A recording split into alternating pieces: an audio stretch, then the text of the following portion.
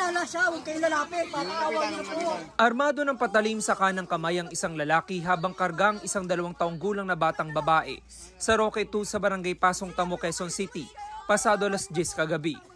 Hinostage ng lalaki ang batang babae na inagaw niya sa bahay ng magulang nito. Pakandali mo na yung jeep! Pakandali mo yung jeep! Ang sumunod na tagpo, nakasakay na sa jeep ang lalaki kasama ang bata. Sumampa rin sa jeep ang asawa ng sospek, ang nanay ng bata at lolo niya na nagmaneho ng jeep. Sa CCTV makikitang nakasunod ang jeep sa isang ambulansya ng barangay matapos daw hilingin ito ng lalaki. Sa anggulong ito ng CCTV, binabagtasan ng jeep at ambulansya ang Visayas Avenue patungong Elliptical Road.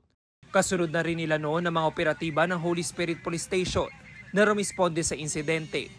Nang makarating sa Elliptical Road, huminto ang jeep. Tila aligagana ang sospek habang nakatutok ang hawak niyang patalim sa bata. Pinipigilan siya ng nanay ng bata pero ilang beses niya itong siniko. Ilang minuto pa ang lumipas hanggang sa na-corner ang suspect nang bumaba ito sa kanto ng Elliptical Road at Quezon Avenue. Dito na nailigtas mula sa kanya ang bata. Ang suspect na kinuyog ng taong bayan agad inaresto ng mga pulis. Dinala sa ambulansya ang batang babae na nagtamo ng gasgas sa dibdib. Ang kanyang nanay iniinda naman ng panga at dibdib dahil ilang beses daw siyang sinuntok ng sospek. Habang ang tatay na tinaga sa kanang braso, ginamot ng mga rescuer. Kwento ng nanay ng bata, nagulat na lang sila nang pumasok sa bahay ang nagwawalang sospek kasama ang asawa nito. Ginawa po na pumasok po kami sa kwarto. Pasok po dun sa kwarto, pinapatay niya po lahat ng ilaw. Kasi nga po nang hahawi-hawi po siya ng itak. Tapos kinuha niya po itong anak ko na babae. Tapos nung pagtaga niya po, sinalag nung asawa ko. Kaya nakuha niya to. Tapos yung isang anak po namin, itinulak ko po palabas dun sa kwarto namin. Ano po yung hiling niya na ba't kayo na ihatid daw nga po sila sa Los Baños, Laguna.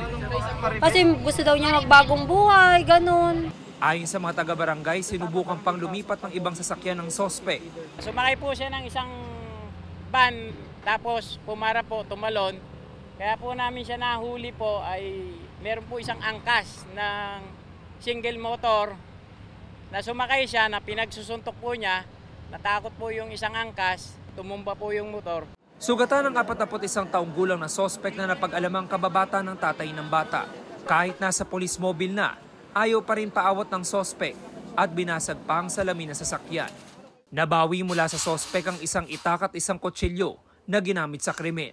Nasa kustudiyan na ng Holy Spirit Police Station ang sospek na wala pang pahayag.